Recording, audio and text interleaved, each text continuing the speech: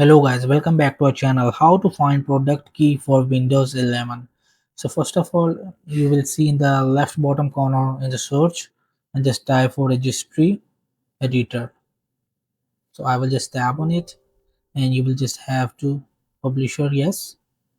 And as you can see in the local machine, just tap and after just tap for software and just scroll down and you will just have to find Microsoft.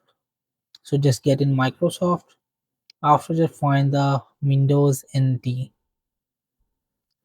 So I'm going to just find Windows NT and just tap current version. And after current version, you will just have to find software protection platform. And as you can see, this is the backup product key. So that's it. Thank you.